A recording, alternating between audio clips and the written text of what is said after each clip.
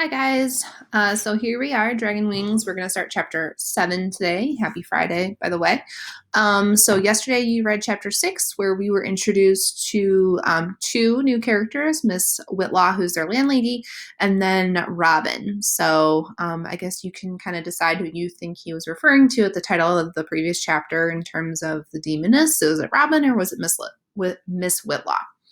So first I want you to complete your summary from chapter 6 yesterday, and then you're going to do a journal entry on chapter 6. In order to receive full credit, you must have at least 5 thorough, complete sentences. At the end, if you say, that is all, that doesn't count as a 5th final complete sentence. Please proofread before turning in. So your journal entry says, Windrider and Moonshadow had a very, quote, strange reception from their new landlady. At least in their eyes, this was a strange reception. Maybe it wasn't strange for us, but for them and their culture, it was strange. Describe how each group of people greeted each other. So that's part number 1. 2, what did the Lees gift Miss Whitlaw? 3, how did Miss Whitlaw welcome them into her home? And then 4, why did the Lees think her reception was so strange? So this kind of goes along with just accepting of new cultures and learning about new people, which is definitely one of the themes of the story. Okay, so here we are. We're going to start after you do 1 and 2. I want you to then read chapter 7. So if you want to pause the video right now and do 1 and 2, that's fine, and then resume because then I'm going to read part of chapter 7. So 7 takes place over 2 months. It is called Educations. The next day was much like every day for me during our stay among the demons. I got up just before dawn and got the fire going in the stove and put water on to boil and cooked our morning rice. I would help Father with his handyman chores in certain of Mr. Alger's buildings that were in safe areas. I want you to think about how Moonshadow's morning and day sounds a little bit different than maybe the day that you had waking up today and what your morning looked like. Father said it ought to be all right to do my shopping anytime from the morning to the early afternoon because there were mostly harmless shoppers on the streets then, but I had to be back at the stable before the demon children got out of school. I was also to avoid any demons or demonesses standing about in large groups talking idly. I followed Father's orders faithfully. I had no desire to get beaten up or strung from a lamppost by my hair. That was what had happened at that time, you guys. For me, when I first read this, I made a connection to Roll of Thunder, right? Where the characters in Roll of Thunder, Cassie and her siblings and other African-American children, that was a fear that they had in terms of racism and prejudice at that time. And this was kind of no different, unfortunately, that was happening, but just on the other side of the country with a different group of minorities. In the evening, after I had cooked dinner and washed up, there would be lessons in reading and writing the Tang people's words and in the use of the abacus for arithmetic. I lived my life like that every day except for the demon's 7th day, Sunday. As you can see, this did not leave me much time to follow my original program of re-educating the demoness about dragons. But despite everything, Father made it a point to let me have half an hour free each day.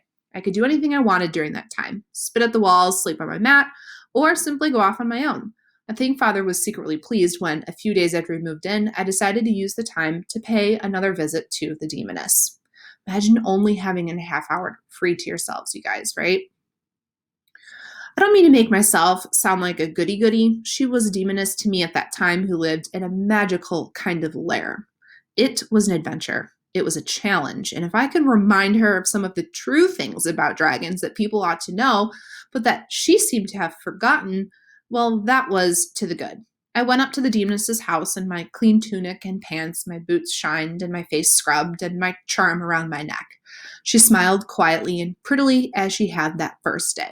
I want you guys to think, I even wrote this question in the margin. Why is he referring to her lair as something magical? Why, come in, Moonshadow. Miss Whitlaw stood away from the door. Would you like some cookies and milk? Okay, again, let's notice here, this is author's craft. The words in italics are the ones in English. Notice Moonshadow, since that's his name, is not in English because that's his name. Maybe cookies and tea, I asked. I held up the small package I had brought. It was a jasmine-type tea that is sweet and light and fragrant. On the cover was a dragon. Oh, how nice, the demoness said, but really, we don't need it. I have tea. Father had warned me that demons sometimes do not have a feeling for the proprieties. It's always good on the first visit to bring a little something to drink or eat. If Father hadn't explained that to me carefully, I might have been offended by the demoness's refusal, because I might have mistaken her statement as saying that my gift was too cheap for her to use. I fumbled around for some excuse. Please, I drink a lot. Too much. You take tea. I thrusted out her again. I marked this as CC, which I'm not sure if you've noticed yet, but stands for cultural connection. Just how their customs in the Chinese culture are different than customs in ours, right? And that's a learning process for Moonshadow as he's growing up in America, and kind of a learning process for Miss Whitlaw, too, as she's learning about the Lee family. With a soft laugh, the demoness took it and lifted the lid. Why, there are flowers inside. She put water on to boil, then sat down across from me and picked at the tea until she could hold up one of the small, white, delicate blossoms. Isn't that a lovely idea? Flowers in your tea. She got up and returned with a small, white thingamabob that had thickened cow's milk in it. Thickened yet, and it had an oily kind of smell that nearly made me sick.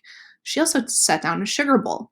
So that's cream she's handing, right? In our culture, we sometimes put cream and sugar in our tea or our coffee. So I think it's kind of funny that he's like disgusted by the idea of putting milk in his tea, because again, going back to that cultural connection, that difference between the two cultures.